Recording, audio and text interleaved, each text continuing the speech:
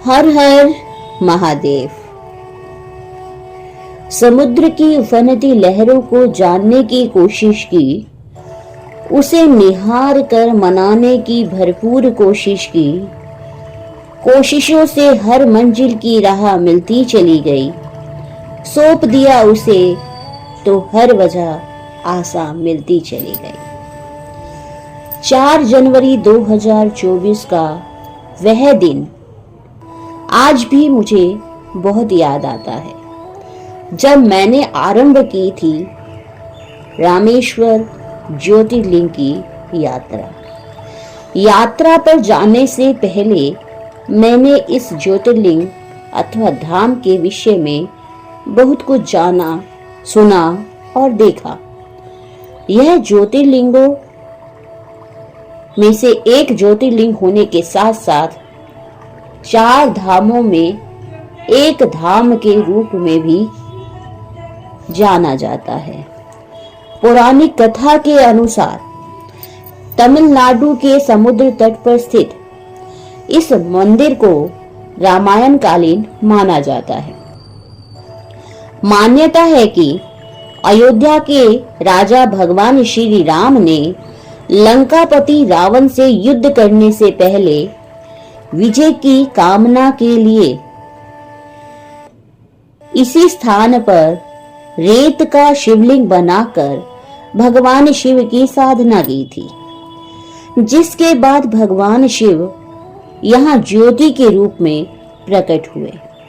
मान्यता है कि जब राम लंका विजय करके लौटे तो उन्होंने ऋषि मुनियों ने उन्हें ब्रह्म हत्या के पाप से मुक्ति पाने के लिए शिव पूजन के लिए कहा।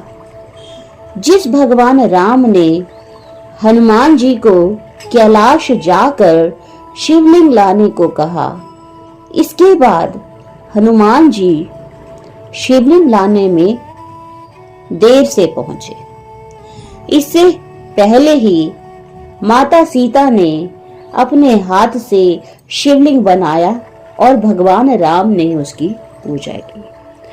उस शिवलिंग को आज रामेश्वर ज्योतिर्लिंग के रूप में जाना जाता है।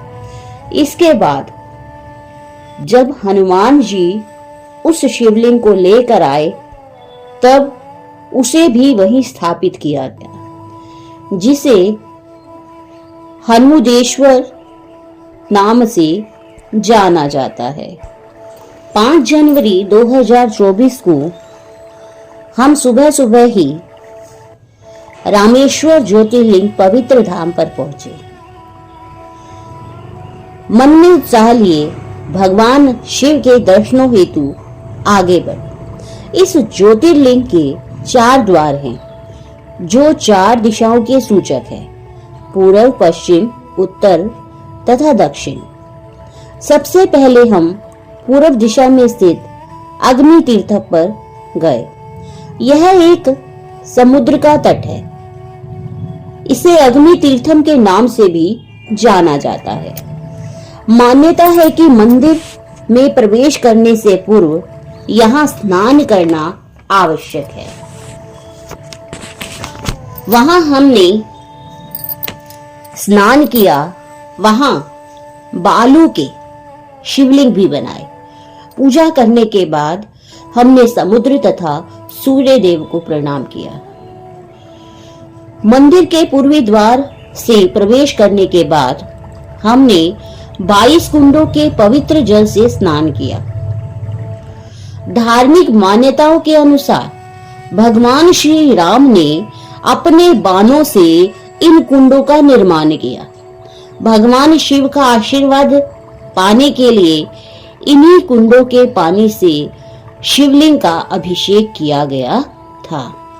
ये 22 कुंडों के नाम इस प्रकार है: सबसे पहले महालक्ष्मी तीर्थम, दूसरे नंबर पर गायत्री तीर्थम, तीसरे नंबर पर सावित्री तीर्थम, चौथे नंबर पर सरस्वती तीर्थम, 5वें नंबर पर सेतु माधव तीर्थम, 6ठे नंबर पर गंध माधव तीर्थम, 7वें नंबर पर गव्य तीर्थम, 8वें नंबर पर कवच तीर्थम, 9वें नंबर पर नाला तीर्थम, 10वें पर नीला तीर्थम, 11वें में शंकु तीर्थम, 12वें पर चक्र तीर्थम, 13वें पर ब्रह्मादि तीर्थम, ब्रह्मादि विमोचन तीर्थम, 14वें नंबर पर सूर्य तीर्थम, 15वें पर चंद्र तीर्थम, 16वें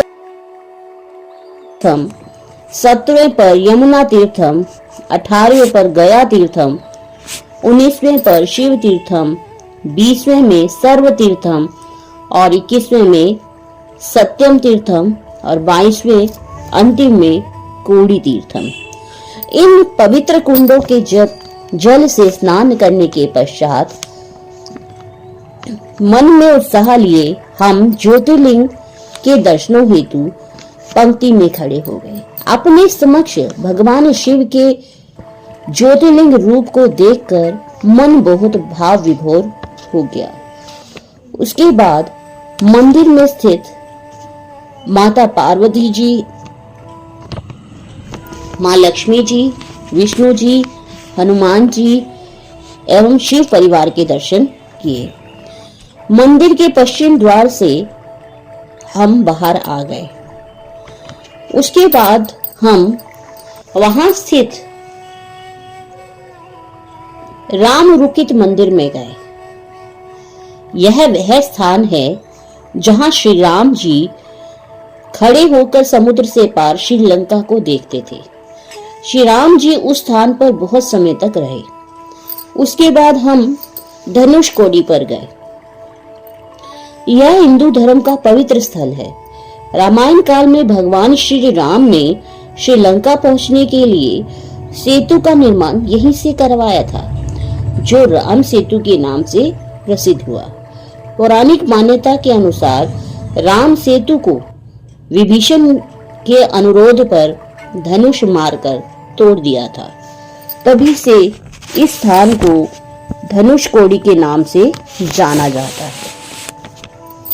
यहाँ एक ओर हिंद महासागर और दूसरी ओर बंगाल की खाड़ी है। यहाँ मैंने प्रकृति के अद्भुत सौंदर्य को अनुभव किया। इसके बाद हम विभीषण मंदिर में गए। मान्यता है कि यह वही स्थान है जहां श्री राम ने विभीषण का राज्य अभिषेक किया था। वहां हमने समुद्र में तैरने वाले पत्थर को देखा, जो सचमुच डूबा नहीं बल्कि पानी में तैरता रहा। उसके बाद हम वापस होटल में आए और अगले दिन की प्रतीक्षा करने लगे। 6 जनवरी 2024 को सुबह 3:30 बजे हम रामेश्वर ज्योतिर्लिंग के द्वार पर पहुंचे। यहाँ मणि दर्शन सुबह 4 बजे से 6 बजे तक ही होते हैं। मणि दर्शन में हमने स्फटिक शिवलिंग देखे, जो एक दिव्य ज्योति के रूप में दिखाई दे रहे थे। मणि दर्शन के रूप में स्फटिक शिवलिंग बहुत आकर्षित से लग रहे थे, जो एक दिव्य ज्योति के रूप में दिखाई दे रहे थे। दर्शन करने के बाद हम मंदिर से बाहर आए और पुनः मंदिर में ज्योतिर्लिंग के दर्शन हेतु एवं रुद्राभिषेक हेतु प्रतीक्षा करने लगे, क्योंकि मणि दर्शनों के बाद 6:30 बजे ही ज्योतिर्लिंग के दर्शन आरंभ होते हैं। उसके बाद हमने वहां रुद्राभिषेक किया। रुद्राभिषेक के बाद हमने पुनः ज्योतिर्लिंग के दर्शन किए और दर्शन करने के बाद हमने माता पार्वती जी के भी दर्शन किए। इसके बाद हम मंदिर से बाहर आए और जलपान किया। जलपान के बाद हमने होटल से चेकआउट किया। इसके बाद हम पाम्बन ब्रिज गए। यहाँ हमने रेलवे ट्रैक को भी देखा, जहाँ अभी काम चल रहा था। बहुत से समुद्री जहाज को देखा। प्रकृति का सौंदर्य मानो सभी को आकर्षित कर रहा था। इसके बाद हम मदुरई पहुंचे। मदुरई में वहां हमने मीनाक्षी मंदिर के दर्शन किए। यह वह मंदिर है जहां शिव और पार्वती जी दोनों के ही दर्शन होते हैं।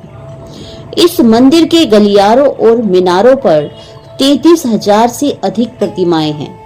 यहाँ की वास्तुकला बहुत अद्भुत है, जो सबको हैरान कर देती है। इतनी प्रतिभाशाली वास्तुकला हमने पहली बार ही देखी थी। यह मंदिर बहुत ही विशाल है। इसके बाद हम दर्शन करके वापस अपने गंतव्य स्थान की ओर जाने लगे। सच में इस यात्रा का बहुत आनंद आया और हम भगवान शिव और पार्वती जी के दर्शन